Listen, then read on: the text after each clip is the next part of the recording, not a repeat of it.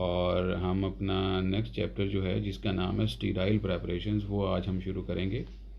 ये chapter complete जो है ये आपको रिमिंगटन से मिलेगा और रिमिंगटन का जो पेज नंबर है वो आपका 802 है।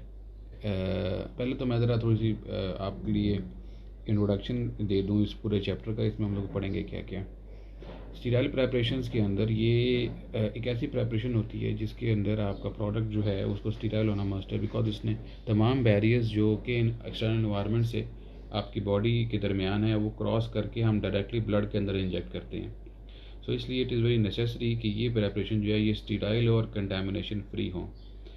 तो इसके अंदर हम लोग सबसे पहले तो देखेंगे कौन कौन से हमारे पास जो फार्मूलेशन इंग्रेडिएंट्स हैं इसके अंदर वो कौन कौन से हैं। फिर हम लोग देखेंगे किस किस्म की फैसिलिटी के अंदर प्रोडक्शन फैसिलिटी कैसी होनी चाहिए जहाँ पे आप इसको प्रिपेयर करते हैं। फिर हम देखेंगे ये पैक कैसे होते हैं। फिर हम देखेंगे इनके टेस्ट कैसे परफॉर्म किए जाते हैं और कौन कौन से इक्विपमेंट के थ्रू इनको हम लोग बनाते हैं।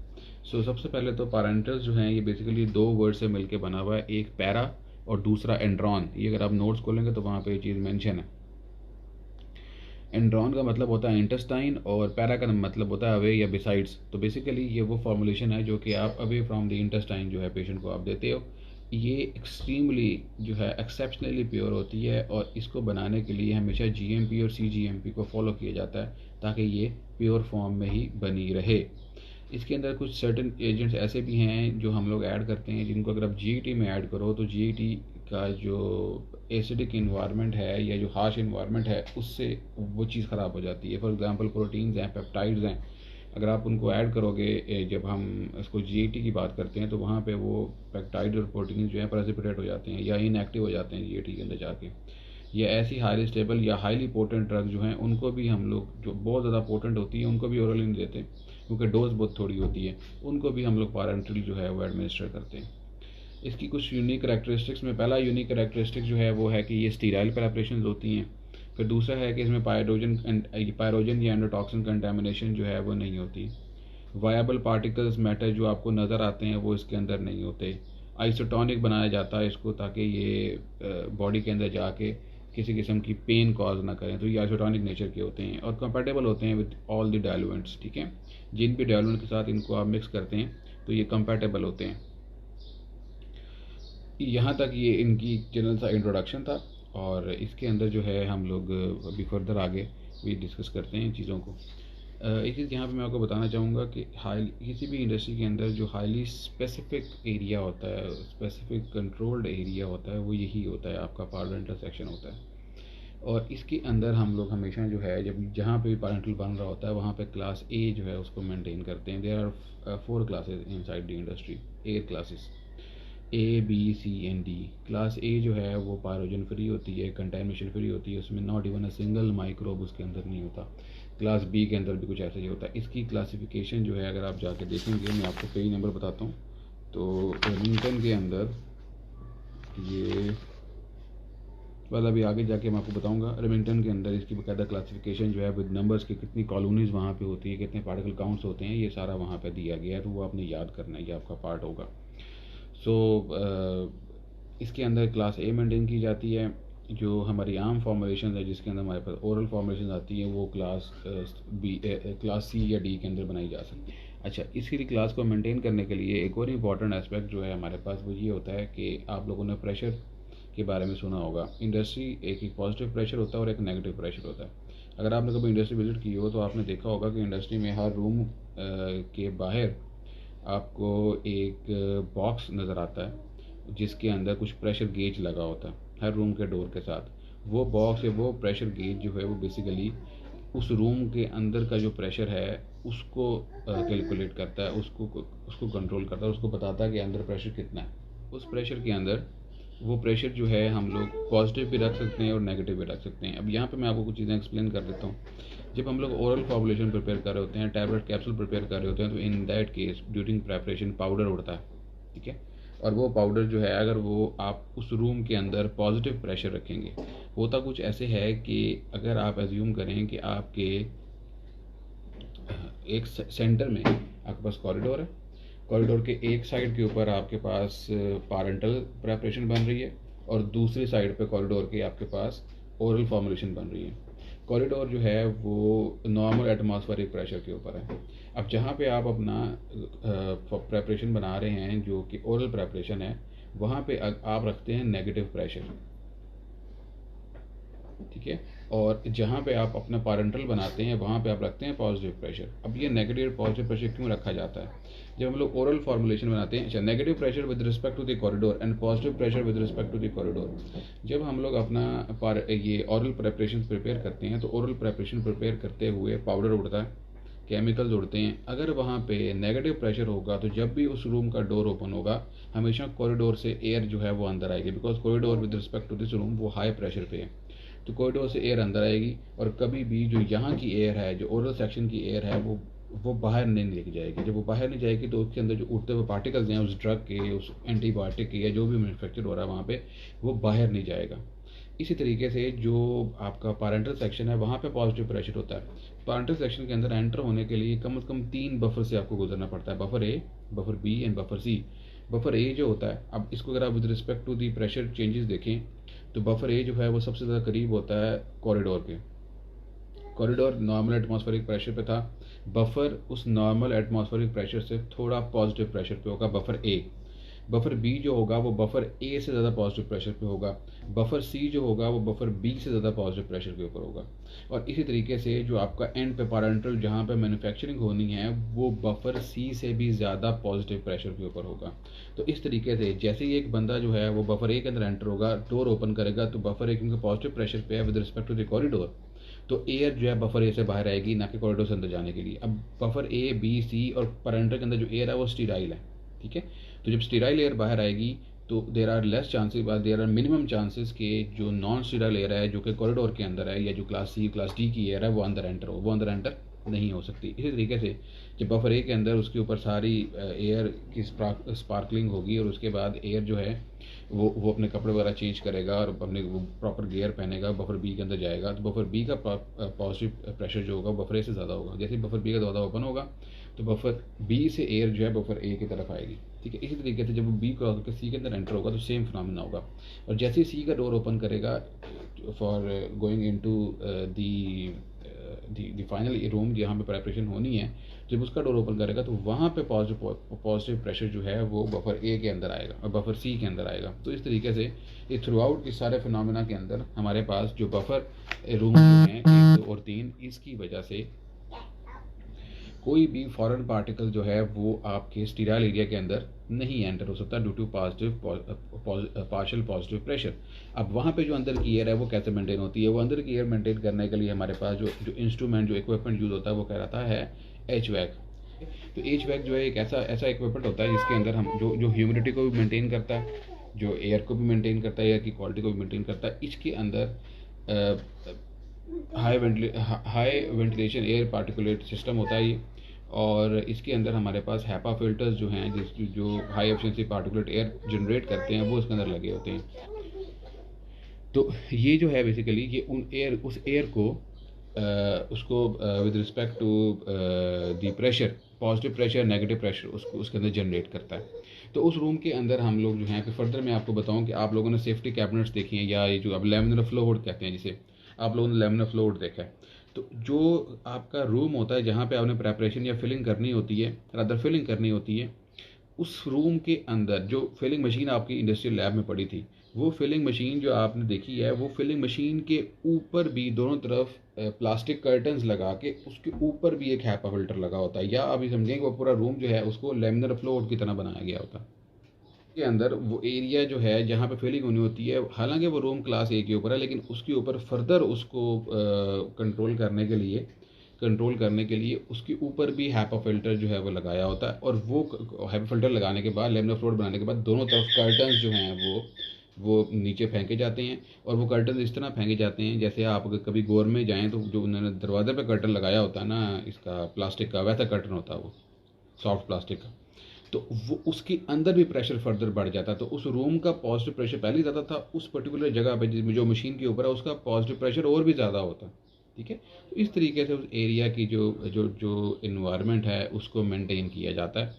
और उससे पहले जब हम लोग सारा सिस्टम परफॉर्म कर रहे होते हैं, तो जब हमें पता हो कि हमने अपनी प्रेपरेशन जो है यहाँ पे बनानी है, तो 2-3 दिन पहले से ही एरिया की मेंटेनेंस को शुरू कर दिया जाता है। कैसे शुरू किया जाता है कि माइक्रोबायोलॉजिस्ट जो क्वालिटी कंट्रोल डिपार्टमेंट से है, वो सबसे पहले जो पुराना बैच खत्म होता है तो वो पूरे रूम की मॉपिंग करता है। मॉपिंग के लिए IPA की ज़रूरत होती है, आइसोप्रोपाइल अल्कोहल की। IPA से पूरी वॉल्स को, फ्लोर्स को, हर जगह को उसकी मॉपिंग की जाती है ताकि स्टीराइल किया जाए। फिर उसके बाद वहाँ पे पैटेड डिशेस, जो फिनोमेना हम आगे जाके पढ़ेंगे सारी चीज़ें, पैटेड डिशेस ली जाती हैं और उनके अंदर एगर मीडिया जो है उसको बनाया जाता है, ग्रोथ मीडिया बनाया जाता है और उसको जगह जगह पे ओपन करके प्लेस किया जाता है ताकि देखा जा सके कि वहाँ पे हमारे पास जो है किसी किस्म की कॉलोनी तो नहीं है। ठीक है। सो इन दैट केस वो करने के बाद उनको वहाँ से वो सैंपल ड्रॉ किया जाता है और उसको इनक्यूबेट किया जाता है, ये देखने के लिए कि हमारे पास जो है वो कितनी कॉलोनीज़ वहाँ पे बनी हैं, आ रही हैं या नहीं आ रही, बिकॉज कॉलोनीज़ नहीं आनी चाहिए।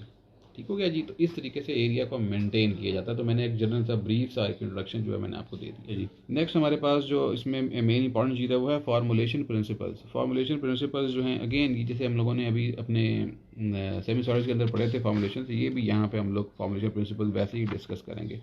सबसे पहले तो हमारे पास सबसे इंपॉर्टेंट एस्पेक्ट जो है किसी पैरेंटल के अंदर वो है वहीकल। सबसे कॉमन वहीकल जो है हमारे पास वो वाटर है। ठीक है, वो आप लोगों को पता है। डिस्टिल, इसके लिए जो वाटर हम लोग यूज़ करते हैं, जिस इंडस्ट्री में ये प्लांट होता है, जिस इंडस्ट्री में मैन्युफैक्चरिंग होती है आपकी पैरेंटल्स की, उस इंडस्ट्री के अंदर आप लोग वाटर ट्रीटमेंट प्लांट लगा होता है। और वाटर ट्रीटमेंट प्लांट के अंदर जनरली 3-4 उसके स्टेप्स होते हैं। पहला तो जब उसमें जब वो जो भी आपका सोर्स ऑफ वाटर है वहाँ से वाटर आता है, सबसे पहले उसके अंदर रिवर्स ऑस्मोसिस लगा होता है। ठीक है, RO चैम्बर लगा होता है। RO चैम्बर के बाद वहाँ पे आयोनाइजेशन चैम्बर लगा होता है, जिसके अंदर आयोनाइजेशन चैम्बर के अंदर फर्दर फिर आगे एनोड होता है, फिर कैथोड होता है। ठीक है, और वो उसमें पॉजिटिव और नेगेटिव आइंस को रिमूव करता है। उसके बाद डिस्टिलेशन का प्लांट लगा होता है जो अटैच होता है साथ ही। तो पहले एक दफ़ा डिस्टिलेशन होती है और फिर वो जो डिस्टिलेशन के बाद जो प्रोडक्ट निकलता है उसकी फिर डिस्टिलेशन होती है, जिसको डबल डिस्टिलेशन कहते हैं। इसके बाद डबल डिस्टिलेशन होती है। उसके बाद आगे फिल्टर एक और लगा होता है जो कि 0.2 माइक्रोन का फिल्टर होता है, किसी किस्म का माइक्रोब जो रह गया वो भी ना उसमें से गुजरे। तो इस सारे फिनोमेना के बाद आपके पास जो पानी आता है वो स्टीराइल वाटर होता है और उसको वाटर फॉर इंजेक्शन कहते हैं। और वो वाटर एज अ व्हीकल के तौर पे हमारा जो है वो यूज़ होता है फार्मास्यूटिकल ग्रेड के अंदर। ठीक है, और ये बेसिकली यूएसपी लिमिट्स जो हैं इसके लिए स्पेसिफिक यूएसपी लिमिट्स जो हैं वो दी गई हैं, वो बुक के अंदर मेंशन है, आप वहाँ से जाकर इनको देख सकते हैं। मोस्ट कॉस्टली मेथड, ये सबसे ज़्यादा कॉस्टली मेथड इसलिए बिकॉज आप बहुत ज़्यादा प्रोसेस से पानी को गुजार रहे हैं। ठीक है, सो RO प्लांट जो है ना आयशा, वो सिर्फ रिवर्स ऑस्मोसिस होता है। मैं जब वाटर ट्रीटमेंट प्लांट की बात कर रहा हूँ तो उसमें रिवर्स ऑस्मोसिस, डीआयोनाइजेशन चैम्बर और डिस्टिलेशन चैम्बर, ये तीनों होते हैं। और फिर फोर्थ के अंदर इसके अंदर ऐसा फिल्टर लगा होता है 0.2 माइक्रोन का, जो मेम्ब्रेन फिल्टर होता है। और जो जब आपका पानी वहाँ से गुजरता है तो उसमें से जो फर्दर कोई अगर चीज़ रहेगी वो भी उसमें से निकाल दी जाती है। ये बहुत एक्सपेंसिव प्रोसीजर है, लेकिन फार्मास्यूटिकल इंडस्ट्री के अंदर सबसे एक्सपेंसिव प्रोसीजर जो है वो लायोफिलाइजेशन का है। तो ये लायोफिलाइजेशन से ज़्यादा तो नहीं है, लेकिन लायोफिलाइजेशन नंबर 1 पे अगर आता है एक्सपेंसिव प्रोसीजर में, तो ये नंबर 2 के ऊपर आता है। ठीक है जी। For the case of parenteral basically life product जो है पैरेंटल के केस के अंदर आता है। इसके अलावा हमारे पास ये तो वाटर बेस होगी, मैंने आपको जो बता दिया है। कुछ ऐसी बेसिस भी हम लोग, या कुछ ऐसे हम लोग मटेरियल्स भी, व्हीकल्स भी यूज़ करते हैं जो वाटर मिसिबल व्हीकल्स कहलाती हैं।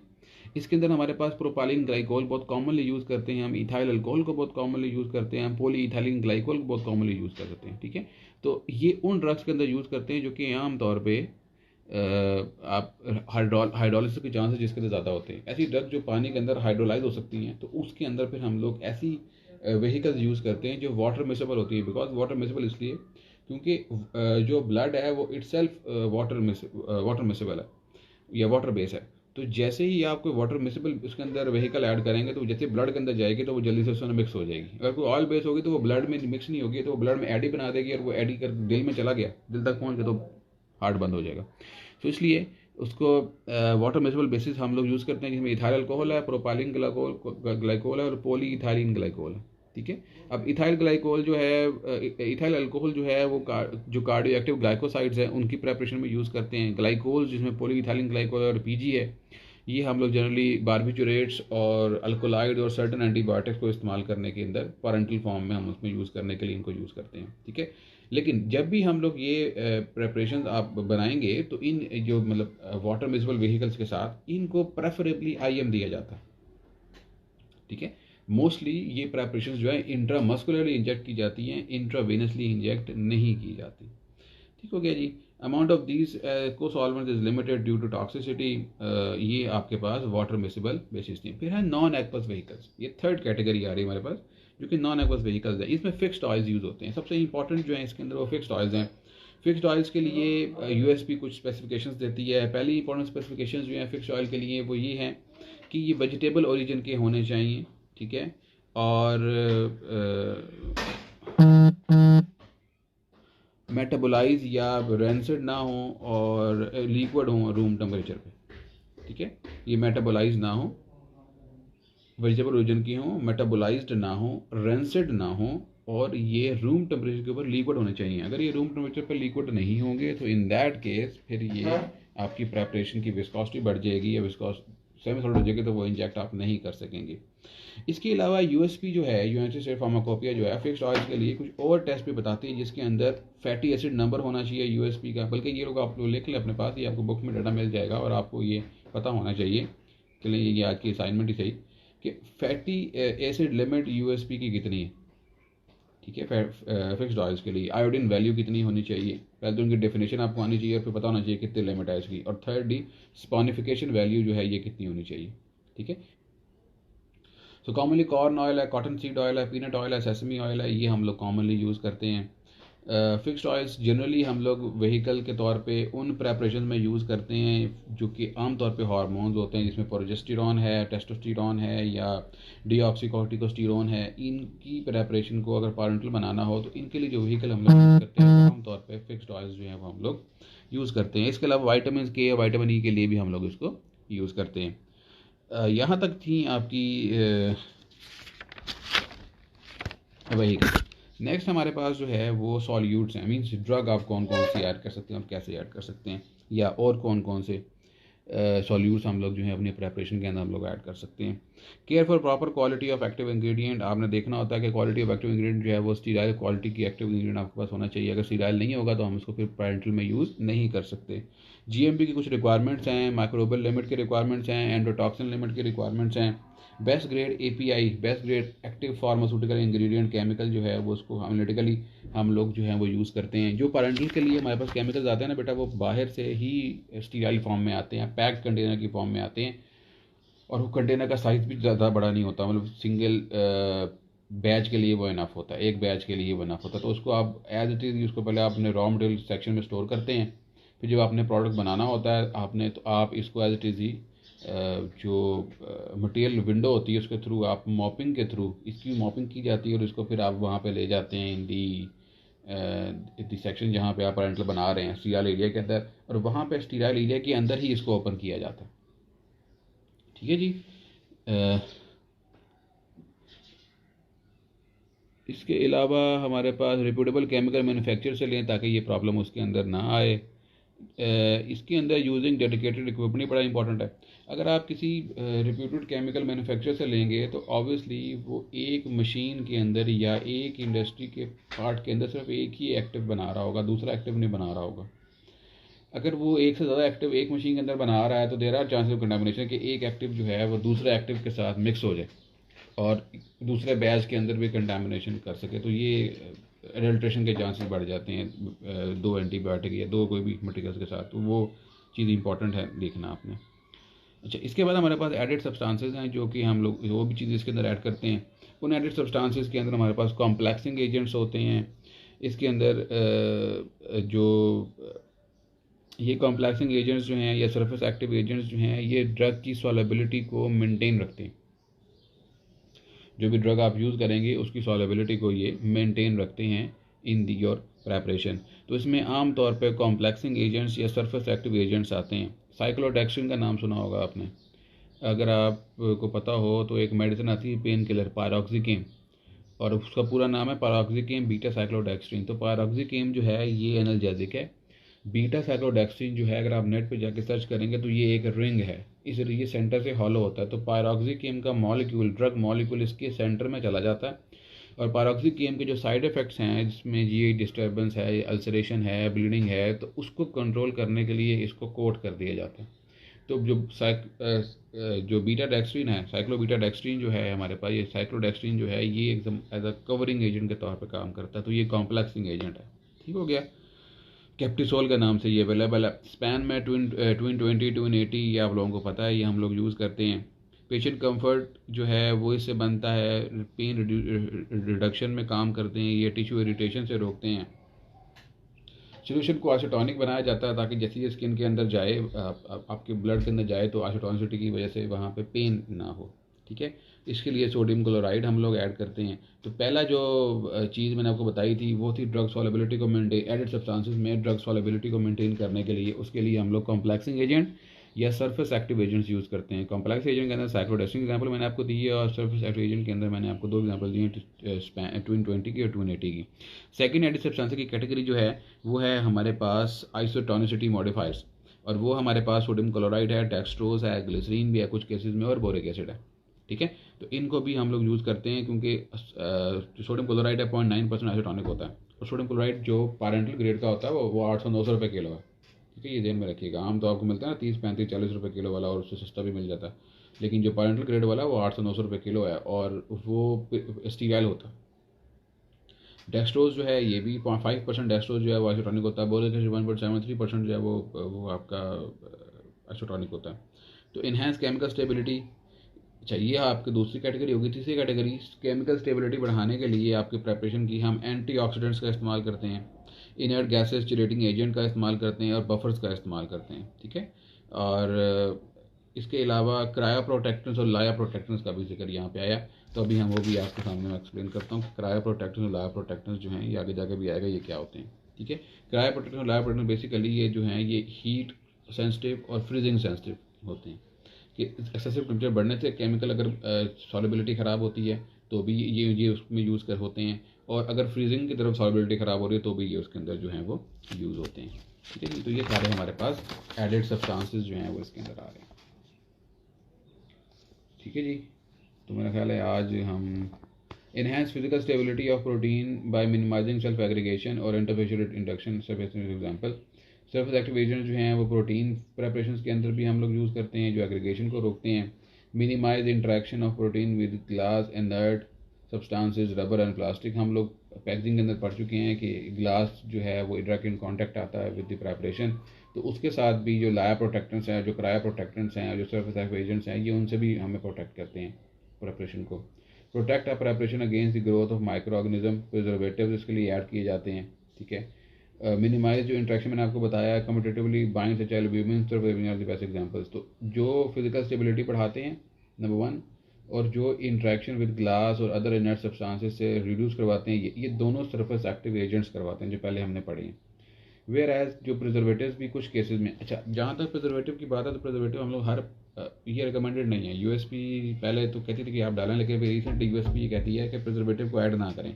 अब प्रिजर्वेटिव कहाँ कहाँ पे ऐड होता है? आमतौर पर प्रिजर्वेटिव उन फॉर्मुलेशंस के अंदर ऐड होता है जो मल्टीपल डोजेज वायल्स होती हैं, मीन ऐसी वायल्स जिसमें आप एक से ज़्यादा अपने डोजेज निकाल सकते हो, वहाँ पर प्रिजर्वेटिव मस्ट होता है, because bar bar penetration of the syringe जो है देयर आर चांसेस कि उसमें कंटेमिनेशन हो सके।